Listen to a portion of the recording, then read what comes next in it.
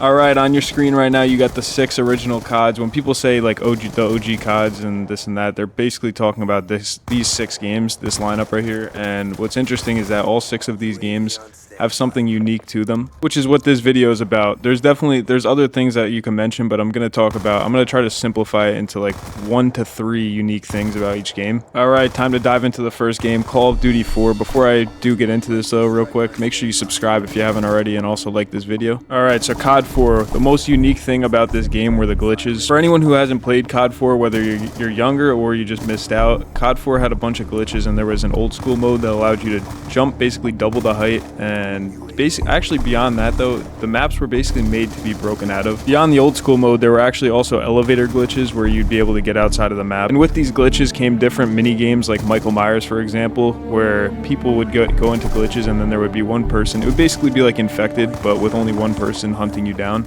And then everybody would just be in these glitches. It was a lot of fun back then. COD 4 has been the only game to have old school mode or all these glitches.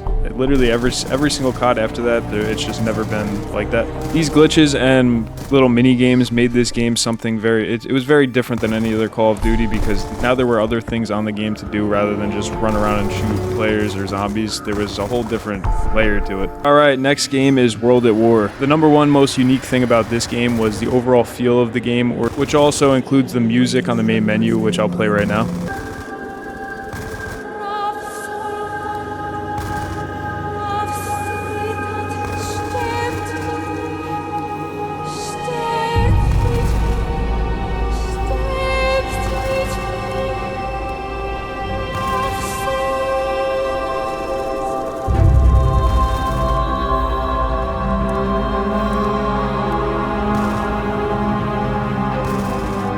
Yeah, this music just really set the tone for the whole game. Not only the music though, but it really reflected like the dark, eerie feeling of the game itself. There has been no other Call of Duty like it. I remember playing this Call of Duty back then. It literally has a whole feeling attached to it that honestly not many of the other Call of Duties do. Even speaking about the original ones, like this one really made you feel something. It was actually even zombies I remember being scared of when I was like 10 years old. This map right here, Verrucht, is probably the scariest zombies map of all time. Honestly, not many of them are really even scary, but this one, if you loaded into this map and you were on the side by yourself and you had other 2 teammates and they were together, it was like you were living a nightmare. Alright, well that concludes World at War, the music and the overall vibe of the game. Alright, next we got Modern Warfare 2 2009.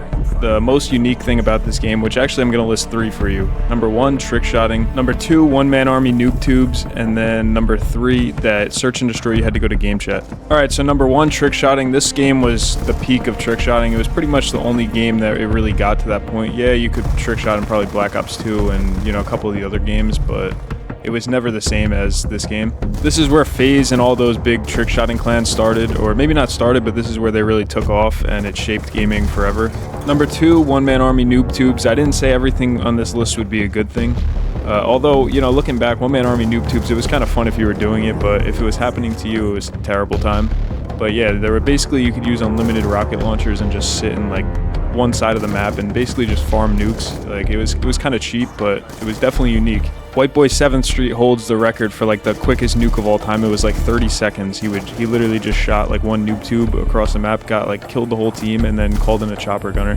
And then from there, just got the nuke in literally 30 seconds. All right, and then for the third one, we got Game Chat S&D. Basically, back then, you had to go into Game Chat to play Search and Destroy. Back then, everybody had a mic. Everybody would be in party chat, so forcing everyone to go to Game Chat, it just caused madness. And for anybody that remembers or has heard about Modern Warfare 2, it was like the peak game for toxicity. And there was no filter. There was no getting banned.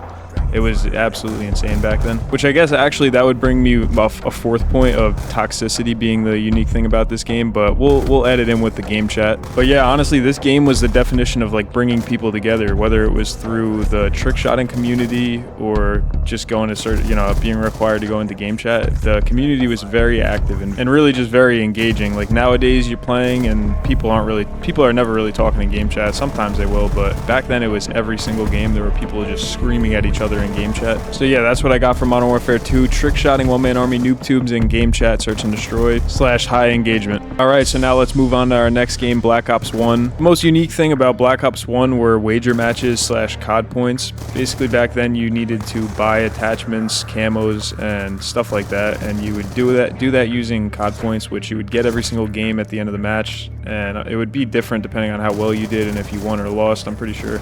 But then there was also wager matches that you'd be able to go in and play, and you'd be able to play gun game or like sticks and stones, those little party game modes, and you'd be able to wager off COD points. So yeah, it was basically like gambling in Call of Duty. That was the only time it's ever been in COD was Black Ops 1. Since then, it's never made a return. Wow, who am I kidding? I actually almost forgot. Also, the emblem editor. That is one thing that was unique to Black Ops 1, although it made a return in Black Ops 2, and correct me if I'm wrong, but I'm pretty sure it came back in Black Ops 3 and 4 as well. Regardless though, this was the start of it, so I'll include that. It also hasn't really been in many other Call of Duties, even if it was in those 4 games. But yeah, I'm not sure why they would take this out of Call of Duty. They should have it in every single one, because it's just a way for people to be creative, and it just adds a whole nother layer to the game. But yeah, that's all I got for Black Ops 1. Now let's move on to Modern Warfare 3.